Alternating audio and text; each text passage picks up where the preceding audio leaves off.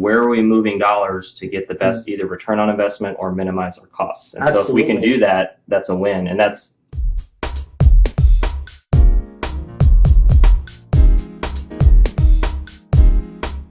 Hey, this is Lance McGowan, and I have my friend Tanner Fergard here. And today we're covering part 20 of our Financial Stewardship Academy, exclusively available on YouTube. And today's topic is all about 15-year fixed mortgage rates and how we can get a little edge on that as well, legally, of course. So when it comes to investing wisely, and our Do Well mini-series here of Financial Stewardship Academy, we want to start off with some truth again. And so invest in 7 ventures, yes, in 8.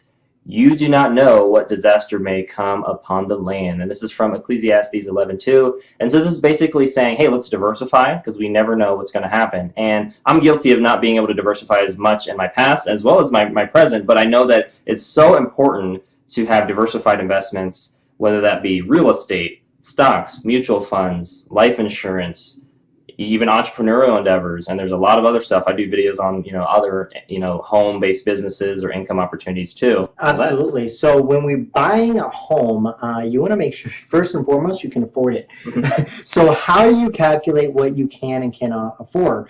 So a safe rule of thumb, if this is your first home that you're looking at getting, is that you want to be able to buy a home that is no more than twice your annual income. Household, this is household, with a 15-year fixed mortgage rate.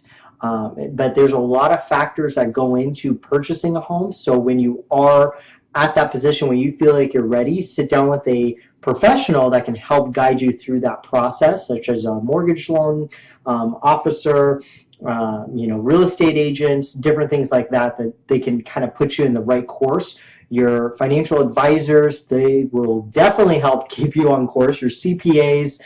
So always make sure that you're reaching out to the people who are in those industries, dealing with those types of things every day to make sure that you first don't get taken advantage of, and second, are getting what you should and not just getting something. Right. And some people, the average U.S. household income is $50,000. So they'd be like, you're probably saying, well, Lance, if I use that number, then $100,000 house is all that I can afford. So either I live in the country or I won't be able to get something really nice in the city. It'd probably be, more slummish or ghetto-ish, right? Well, the purpose of saying no more than twice your income is actually something we got from Dave Ramsey. And it's to make sure you can afford the home. Right. And so I know we're probably like, hey, I don't want to have to keep up with the Joneses on everything and get the biggest house on the block. But at the same time, I don't want to, worry about gunshots and, people stealing stuff and all that stuff, crazy stuff. But it's so important to just be able to know that we can afford the home and upgrade later. It'd be great if you could pay off your home sooner and then upgrade, which we talk about right here. So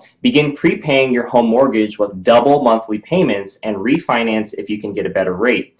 And so, if you can get a rate that's less than 3%, I know it just depends on where we're at in the economy. Some people are like 3%, but obviously you want something that's going to give you a good rate, and so it's not too high. And there's also a lot of things to keep in mind, like inflation and, annual household income, if it increases or decreases.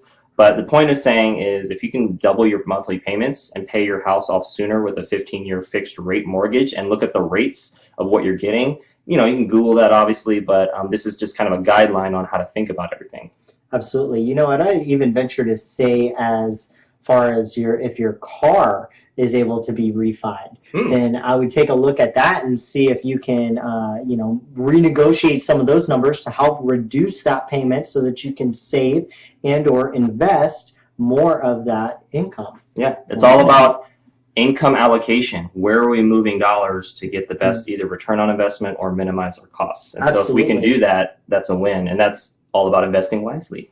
Yes, and there is one more form of taxes that we kind of hinted at and mentioned in our taxable and tax deferred. So now let's talk about tax exempt. So what is tax exempt? Tax exempt is accounts such as a Roth IRA, cash accumulation in your life insurance policy, where you can diversify your investments. How does the tax exempt category works? You pay your income tax on it.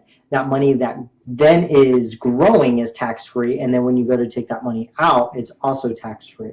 So There's tons and tons of different benefits of utilizing these certain accounts. But like I said, it's not about so much on where you put your money. It's more or less about, is it going to do the job that you want it to do?